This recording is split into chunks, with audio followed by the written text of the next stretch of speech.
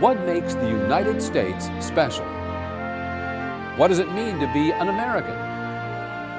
Is it our vast, rich land that makes us who we are as a people? Is it our factories, our high-tech industries, our skyscrapers, our cities? The land, the farms, the industry are a part of it. But the late historian Stephen Ambrose said it best. We are unique because of our Constitution. When presidents of the United States take the oath of office, they swear to defend the Constitution. When members of Congress and the Supreme Court take their oath of office, they agree to defend the Constitution. Even soldiers going into battle have taken an oath to defend the Constitution. So, what is the Constitution? And why should you learn about it? The United States Constitution, a document of about 7,000 words, describes the duties and powers of the federal government and the rights of citizens. When it was written here in Philadelphia in 1787, it was the crowning achievement of the American Revolution, when 13 separate colonies fought a long, difficult war to achieve their independence from the powerful British Empire.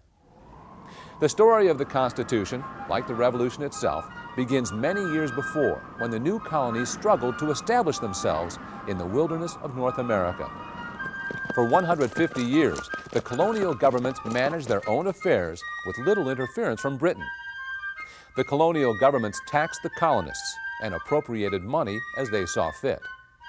But British imperial policy toward the colonies changed after the 7 Years' War ended in 1763.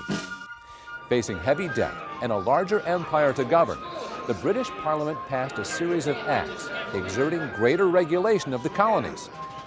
This legislation included new taxes to support the British Army and pay the salaries of governors, judges, and royal tax collectors. In a flood of new laws over 12 years, the British government imposed tighter control on colonial affairs. This new imperial policy generated a storm of opposition in America. The colonists responded with petitions, boycotts, and even violence, culminating in the Boston Tea Party of 1773. No taxation without representation became the rallying cry of colonial protest. The British government responded by dissolving colonial legislatures, suppressing public meetings, shutting down trade, and imposing military rule. These measures only added fuel to the fire.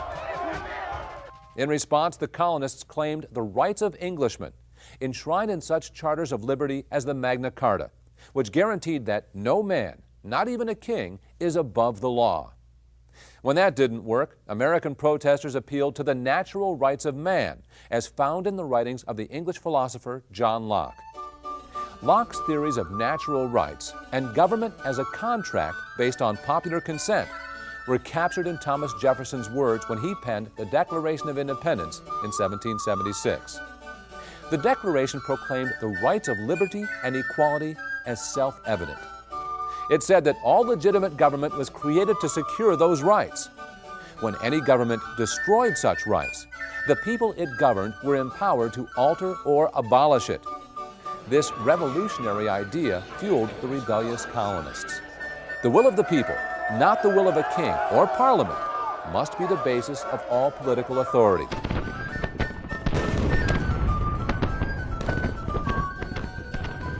It took long years of struggle and sacrifice for Americans to win the right of self-government. But what sort of self-government was it to be? The founders admired the republican ideals of ancient Rome, and they also were influenced by the great French philosopher of republican government, the Baron de Montesquieu. For the founders, there was but one acceptable alternative to Britain's constitutional monarchy: a republic. In the 18th century, republic, which meant no kings, elective governments, responsible only to the people, was the alternative to a monarchy. And there's no doubt that Americans thought that monarchy was the source of the ills of the world, and by eliminating kings and eliminating monarchs, they would save their liberty and actually make for a safer, more peaceful world. A republic, however, had never been tried on such an ambitious scale. Could it work? The first experiments weren't encouraging. The new state governments drafted their own constitutions that relied on the kinds of government they were familiar with: two house legislatures, governors, and a separate judicial system. But many of these new state legislatures were unable to govern effectively. Initially, self-government at the national level was no more successful. The first Constitution of the United States, the Articles of Confederation, was adopted in 1781. The Articles provided for a national government with only one branch, a one-house legislature with few powers. This legislature could not levy taxes, raise a military force, or regulate commerce. Each state had only one vote, despite their wide differences in population. In addition, the Articles of Confederation guaranteed the sovereignty and independence of each state. This firm league of friendship, as the Confederation was called, worked well enough to win the War of Independence, but it soon proved incapable of meeting the challenges facing a new nation. When the war ended in 1783, the government and many private citizens were in heavy debt. In the economic depression that followed, angry farmers in Massachusetts, led by Daniel Shays, rebelled against foreclosures on their land. When the national government was unable to intervene, many became aware of its weakness.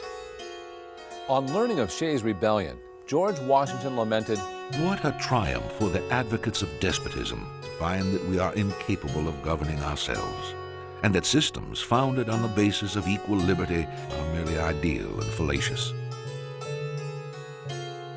To address these concerns, a convention was held in Philadelphia in 1787 to revise the Articles of Confederation. Some of the greatest public figures in America were appointed convention delegates, including James Madison, George Mason, James Wilson, Roger Sherman, Gouverneur Morris, Alexander Hamilton, and Elbridge Gerry. Thomas Jefferson and John Adams were unable to attend because they were in Europe at the time. But the presence of George Washington as the convention's president and Benjamin Franklin as its elder statesman enhanced the group's prestige and credibility. The Virginia Delegation, following James Madison's lead, proposed that the convention scrap the Articles of Confederation altogether. This so-called Virginia Plan was a bold stroke that called for sweeping changes to limit the power of state governments. After months of heated debate behind closed doors, the delegates adopted most of the provisions of this plan and designed a new constitution. What is a constitution? And a good answer that I heard from one fifth-grade student only a couple weeks ago was that a constitution is a promise. And that is, in fact, what the Founding Fathers did. They created this promise for the American people.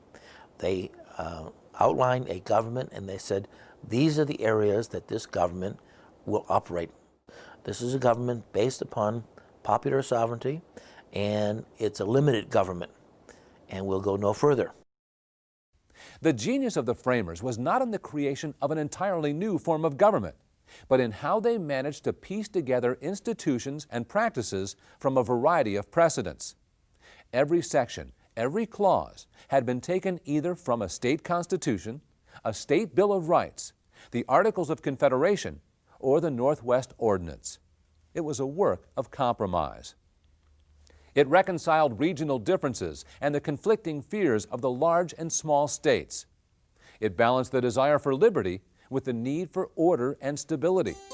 It took a year of vigorous debate between Federalists and Anti-Federalists before the Constitution was finally approved by the 9 states necessary for ratification. Delaware became the first to ratify in December 1787, and New Hampshire the 9th in June 1788. What the Federalists do, and I think it's really a brilliant stroke, is they say that when these conventions are assembled, they can discuss as much as they want. They can recommend amendments if they wish to do so. But the only authoritative action they can take is to vote the Constitution up or down in its entirety. So as I like to say, the sovereign people, when they're assembled, can speak with a loud and a deep voice. But that voice can say only one of 2 words. It can say yes or it can say no. The Constitution embodies certain key themes that have come to be regarded as the fundamental principles of American government. Among them are popular sovereignty, fundamental rights, representative government, separation of powers, federalism, an independent judiciary, and an amending process that allows the Constitution to adapt to the needs of a changing world. The Constitutional Convention adjourned for the last time in September 1787. As Benjamin Franklin emerged from Independence Hall, a woman called out from the crowd, "Well, doctor, what have we got? A republic or a monarchy?" Without missing a step, Franklin replied, "A republic if you can keep it." The story of the United States Constitution is how we, the people, have kept that republic.